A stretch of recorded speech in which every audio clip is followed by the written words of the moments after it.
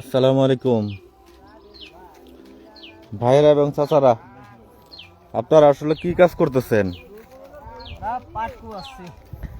অর্থাৎ পাটের মধ্যে এই ফসলের মধ্যে যা কিছু আগাছা আছে আপনারা আগাছাগুলো পরিষ্কার করতেছেন, তাই না?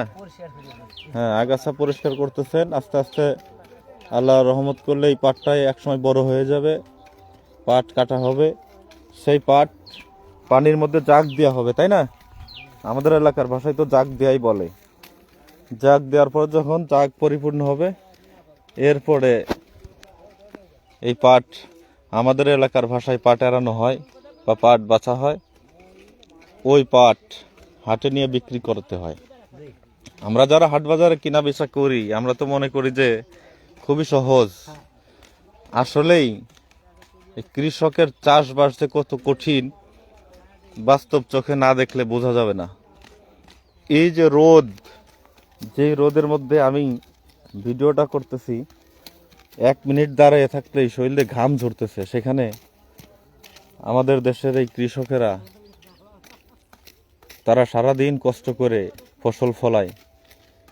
কিছুদিন আগের এই সবুজ শ্যামল যে দৃশ্যটা আপনারা ভিডিওতে দেখছেন, ভিউয়ার ফ্রেন্ডস আর বন্ধুরা, এই জমিটাই কিছুদিন আগে একেবারে ফাঁকা হয়ে গিয়েছিল। কারণ তখন পেঁয়াজ ছিল জমিতে। পেঁয়াজ ওঠানোর পরে আবার নতুন করে আবাদ করছে, উর্বর করে সেই জমিতে বীজ ফলানোর মাধ্যমেই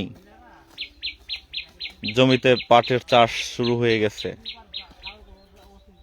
দেখেন কত কষ্ট করে এই রোদের মধ্যে রোদে পুড়ে তারা কাজ করতেছে। আর এই কৃষকদেরকেই আমরা অনেক সময় ছোট চোখে দেখি। যারা জমি চাষ করে, ক্ষেত খামারি করে, তাদেরকে আমরা ছোট বলি।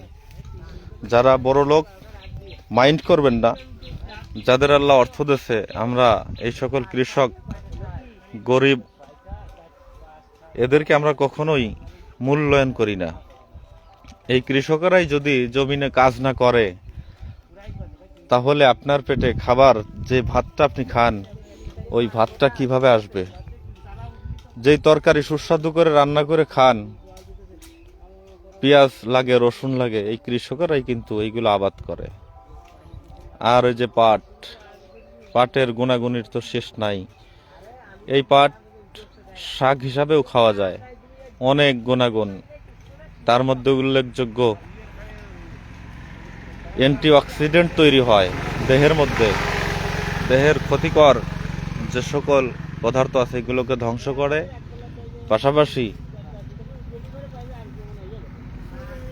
ক্যান্সার প্রতিরোধক হিসাবে কাজ করে এই পাট শাক।